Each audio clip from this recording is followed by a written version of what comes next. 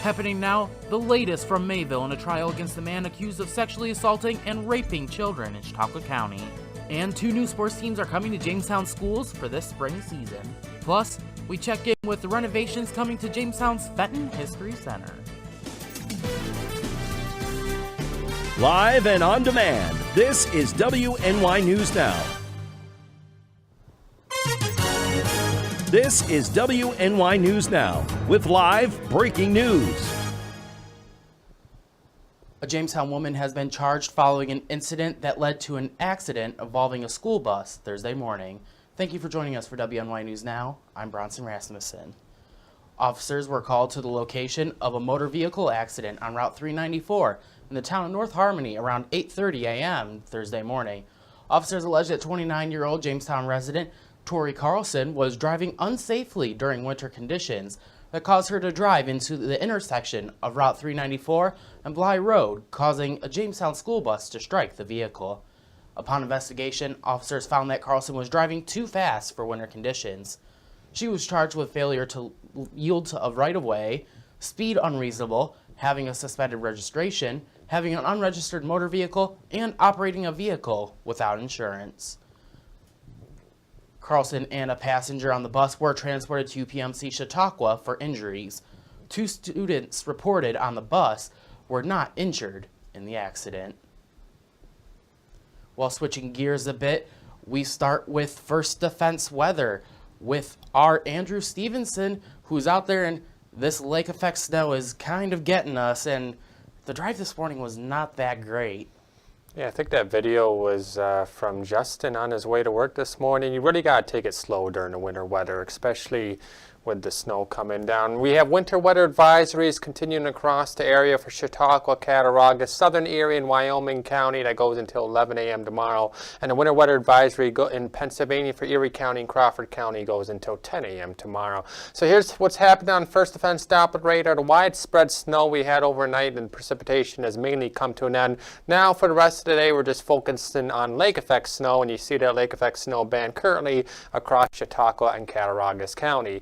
The high yesterday was 35 degrees, the low was 21. The record high for today was a beautiful 70 degrees. I could take that 70-degree weather right now, set back in 1950, and the record low for today was negative 20, set back in 1987. For the rest of the afternoon out there, mainly cloudy skies outside of the lake effect snow showers. Within those lake effect snow bands, and there are 3 to 6 inches of snow possible with winds about 14-18 miles per hour, gusts as high as 30, and the highs today will be in the upper 20s to lower 30s. I'll have a look at those snowfall accumulations through tomorrow, coming up in the full forecast, Bronson. Alrighty, Andrew, thank you. And remember to stay up to date with the latest weather forecasts at WNYNewsNow.com.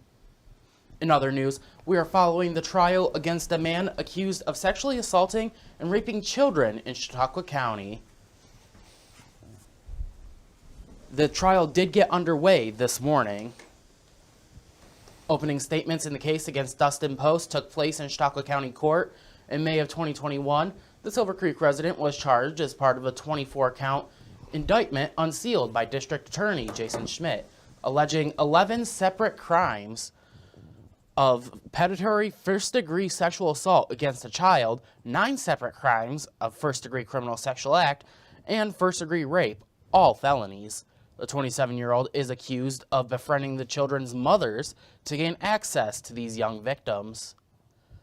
Unbeknownst to their parents, he allegedly committed heinous offenses, including at one point recording video of a 12-year-old girl performing oral sex on him. The accused is represented by Chautauqua County Public Defender's Office, led by Ned Barone. While the trial is underway, Post is being held at Chautauqua County Jail on a $1 million bail. Post was previously convicted in a federal child pornography case last winter, which sentenced him to 50 years in prison. Our Justin Gould is covering the case right now and will provide updates as more becomes available at WNYNewsNow.com. A local musician who launched a full-time career performing has unfortunately passed away. Florida resident Jason Rahm, who is originally a native of Lakewood, passed away this week. The accomplished singer-songwriter released 7 full-length albums during his time. He's known locally not just for his musical talents, but also charitable efforts. Even when performing across the nation, Rahm is credited with returning home to host shows and giving proceeds to his alma mater, Southwestern Central School, and other causes like the United Way.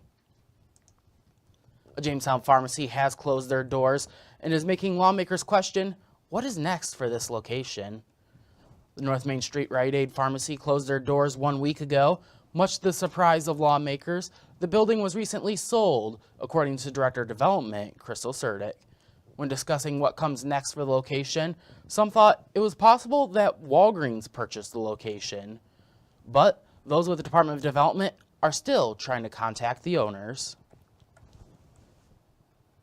We didn't anticipate that Rite Aid would pull the plug, so quickly and without really any notice. But we're going to try to figure out who the new owners are for sure and what they're planning to do.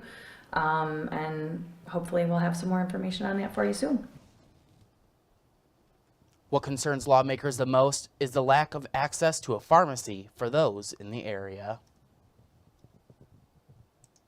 Jamestown Public Schools will be adding 2 new sports teams to the repertoire this spring. The Jamestown Board of Education approved the creation of a unified basketball team and a girls flag football team for the upcoming spring season semester at their Tuesday night meeting. The unified basketball team aims to promote social inclusion where any student can participate. Unified sports in general has been a growing phenomenon for the last several years. And basketball, I think, may have been one of the first, possibly track and field. But over the course of the last several years, it's grown in popularity and interest. And so Ben Drake, in conversation with other Section 6 athletic directors, saw that there was an opportunity for us to have competition and to begin this program. So we wanted to make sure that we gave kids the opportunity to participate in sports no matter what their developmental level as opposed to their age. The superintendent goes on to say that there has been interest in the team by staff, students, and parents alike. The enthusiasm for the sport is not only in Jamestown, but across Chautauqua and Erie counties. As for the girls' flag football team, he says that students have approached a district to create the sport. Our students come forward and say, hey, why can't we have a flag football team? There are other teams around. And so Ben Drake, our athletic director, said, if you can get enough people, we'll get her done. So that's the process. We have a number of other teams who are interested in playing. It's a very popular sport that's growing in popularity. And I know I've spoken to a number of local superintendents who are interested in starting teams, and so I would anticipate we'll have both local and sectional competitions. Both teams were approved by the Board of Education and are expected to hit the field this spring. Well, as WNY News Now continues, we take a deep dive into the reproductive health care and what those in Albany have to say. And later, what would you name a cockroach? That's what those in Erie Zoo are asking many for this Valentine's Day season. Stay with us. It's WNY News Now. We'll be right back.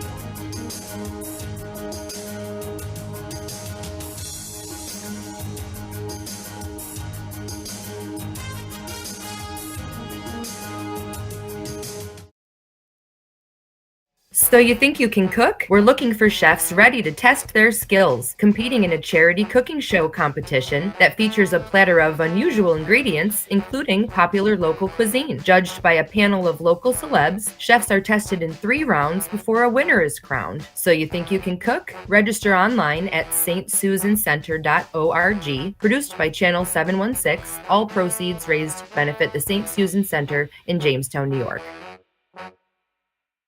EagleZip.com is your local one-stop shop for all of your home and business computer needs. Located on Fluvan Avenue Extension, just outside of Jamestown, EagleZip.com sells and services all brands of desktops and laptops, as well as servers and network equipment for your business. All new computer sales include transferring your data from your old computer, plus a 2-year warranty. Call EagleZip.com today. Stop by EagleZip.com today and let us make computers easy for you. Have you ever wanted to live out your dreams? Hunt, fish, in all corners of the earth? Well, now's your chance. Follow Primitive Patriot Outdoors as we live out our dreams and show you how to live out yours through outdoor adventures. From Western New York to Africa to all corners of the earth, follow us on adventures never seen before. Lead and Lures, Roku TV, channel 716. Looking for a fair and honest auto mechanic? Look no further than DeWyas Auto Service. Located at 140 Main Street in Randolph, our family-owned business is ready for all of your automotive needs. From general service to more complex repairs, count on DeWyas Auto to keep you on the road. We not only keep your cars running smoothly, but also looking great with our expert detailing crew. Send us a message on Facebook or call us today at 716-358-2292 to set up an appointment. DeWyas Auto Service. Fair, honest, and the best prices guaranteed. You're watching WNY News Now, where coverage comes first. Chautauqua County's jobless rate rose slightly last month, but remained lower than the statewide average.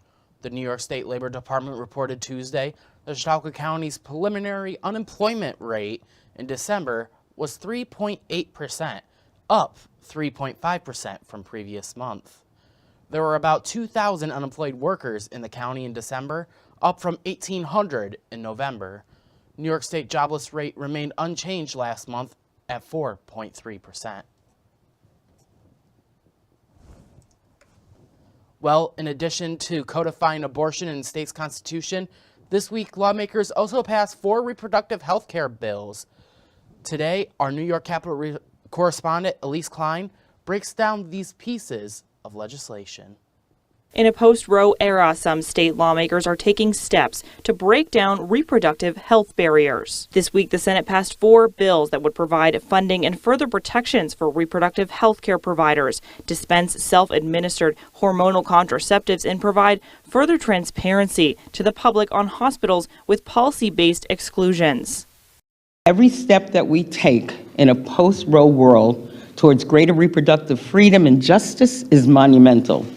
There is no small deed when the stakes are this high.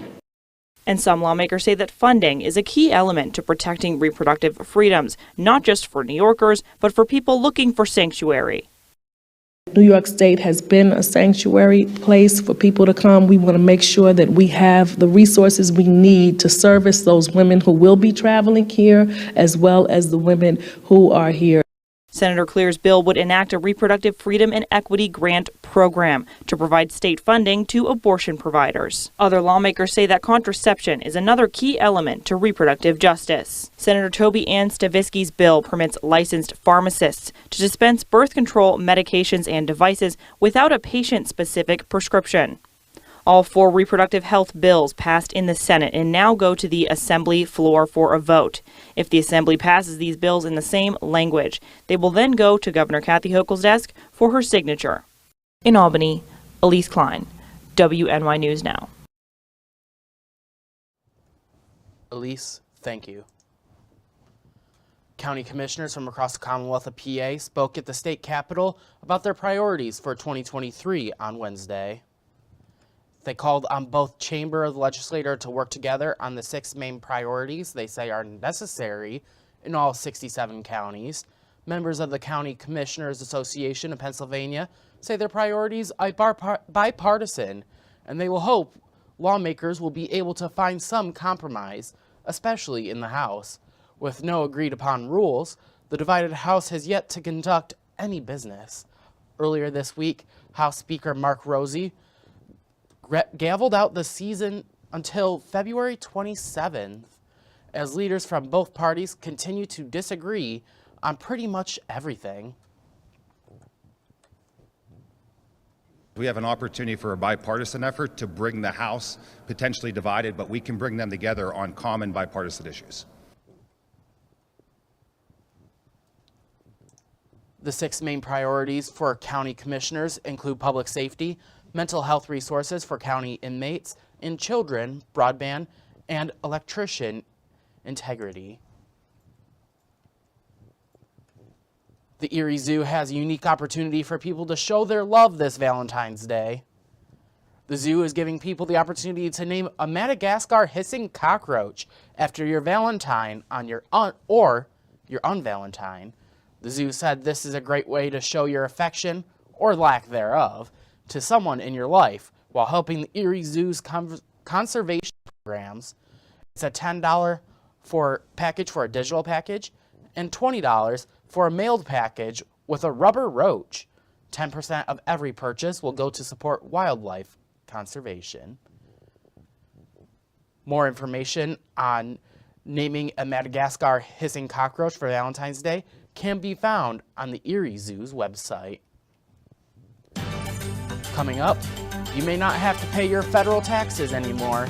We hear from our capital on a new national state tax proposal. And later, we take a look at health insurance and why so many are signing up now. But first, we return with a look at our full weather forecast. Stay with us. It's WNY News Now. We'll be right back.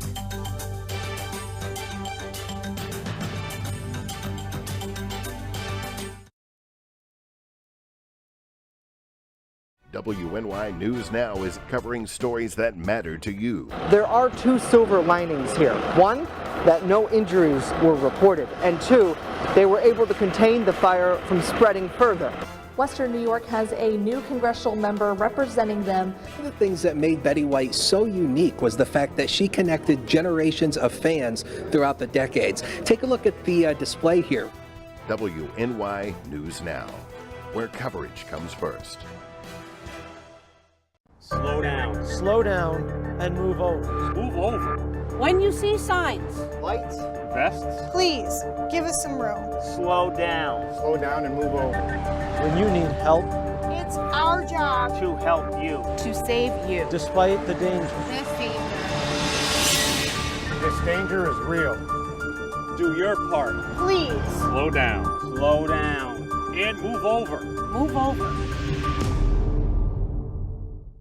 So you think you can cook? We're looking for chefs ready to test their skills, competing in a charity cooking show competition that features a platter of unusual ingredients, including popular local cuisine. Judged by a panel of local celebs, chefs are tested in 3 rounds before a winner is crowned. So you think you can cook? Register online at stsusancenter.org. Produced by Channel 716, all proceeds raised benefit the St. Susan Center in Jamestown, New York. I'm a survivor. I'm a survivor. I'm a survivor. Testicular cancer is the leading form of cancer in men aged 15 to 35. 1 in 250 men will be diagnosed with testicular cancer. But 98% will survive if detected early. As a survivor, I believe early detection is the key. Learn how to do a testicular self-exam and other important facts about testicular cancer at oneball4tc.com. With coverage that matters, this is WNY News Now. Fast, accurate, and everyday. First Defense Weather. Welcome back to WNY News Now. Currently in downtown Jamestown, we got some snow showers out there currently at the Jamestown Airport. The temperature is 28 degrees with a west wind of 16 miles per hour and a wind chill of 16. Here are some of the snowfall reports from across the region. This is from the past 24 hours and as of 7 o'clock this morning. Mayville reported 4.3 inches, 2.8 in Falconer, Wellsville at 2.3 inches, Dunkirk at 1.2, and here in Jamestown, just an inch reported at Jamestown Airport over the past 24 hours. Here's what's happening across the Northeast right now. That low pressure system that was responsible for all this precipitation is currently moving off the New England coast, and behind the colder air is filtering back in, and that's got the lake effect snow machine going off across all the Great Lakes across the Northeast. So that lake effect snow will continue through the rest of the afternoon today and into the night across Chautauqua and Cattaraugus County, and then the winds will shift after midnight tonight, and that's going to push that lake effect snow band up across the Buffalo Metro, and eventually high pressure is going to build in. That's going to give us a brief dry weather day tomorrow. We might even even see a few peaks of sunshine heading into tomorrow afternoon. And then a clipper system will drop by from the north heading Friday night into Saturday. That's going to bring some more snow to the region, light snow for the day on Saturday. Additional snowfall accumulations, this runs through tomorrow morning, maybe 1, 2, 3 inches across the southern tier. The highest snowfall totals will be found across the Chautauqua Ridge and the highest hilltops in the range of 4 to 8 inches through tomorrow morning. Now the next 7 days from Ultimate Satellite Solutions, just a couple flurries tomorrow, otherwise dry. That clipper system will bring in some light snow for Saturday. Another system moving by to our south will bring in some mixed rain and snow showers on Sunday, and then we continue with a chance of snow showers right on into next week with temperatures generally in the lower 30s, Bronson. Alrighty, Andrew, thank you. Doesn't seem too cold to go see those cockroaches, though. Don't like cockroaches. We'll grab you some headlines from around the nation. Germany and the United States announced Wednesday that they will send battle tanks to Ukraine, the first stage of a coordinated effort by the West to provide dozens of heavy weapons to help break combat stalemates as Russia's invasion enters its 12th month. President Joe Biden said the U.S. will send 31 million Abrams tanks, reversing months of President arguments by Washington that they were too difficult for Ukraine troops to operate and maintain. The U.S. decision followed Germany's agreement to send 14 2-6 tanks from its own stocks. Germany had said the Leopards would not be sent unless the U.S. put its Abrams on the table, not wanting to incur Russia's wrath without the U.S. making a similar commitment.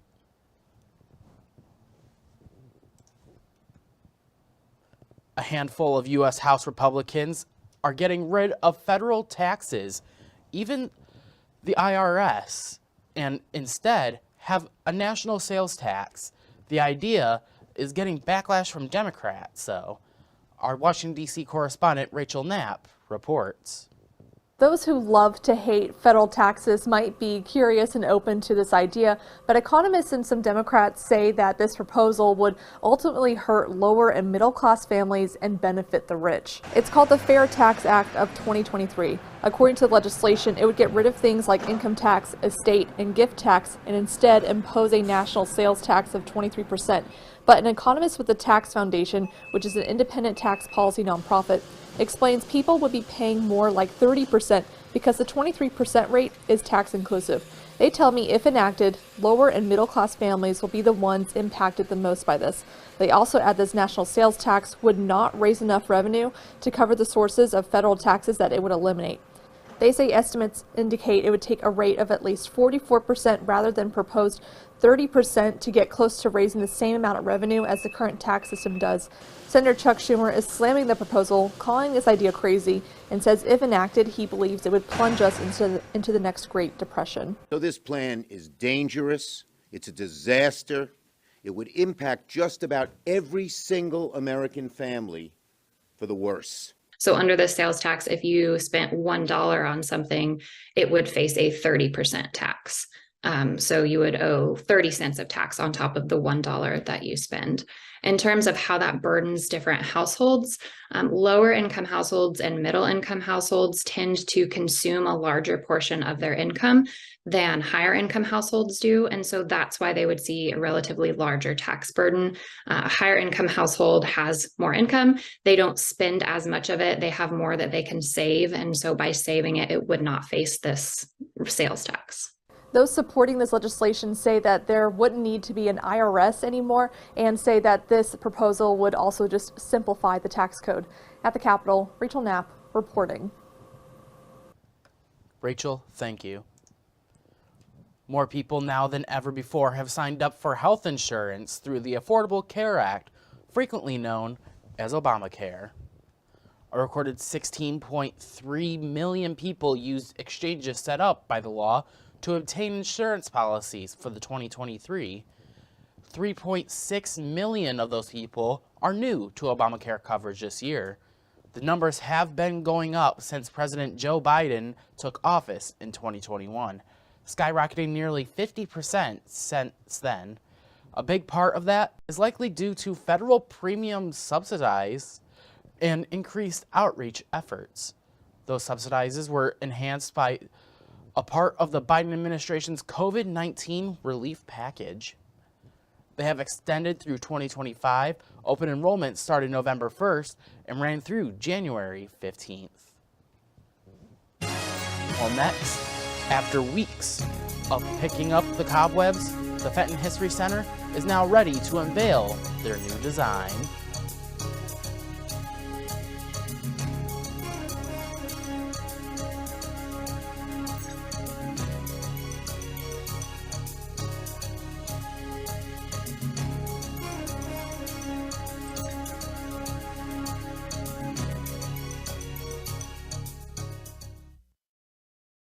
You're watching WNY News Now, where coverage comes first.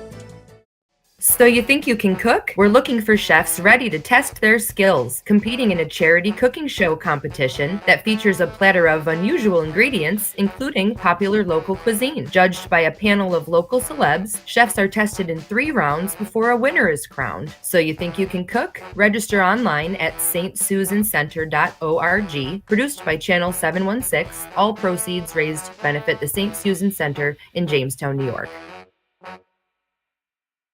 I know what you're thinking. I need a job. I need a new career. Well, I've been there. I've been there. I've been there. I wasn't happy with what I was doing. After high school, I didn't have a plan. I just wanted to start working. I got laid off twice, but you gotta keep going. You just need the right skills. Find an apprenticeship. I found a 2-year IT program. I found a medical course online. I'm now a consultant in the tech space. You have more options than you think. You can do this. You will find something. You will find something new.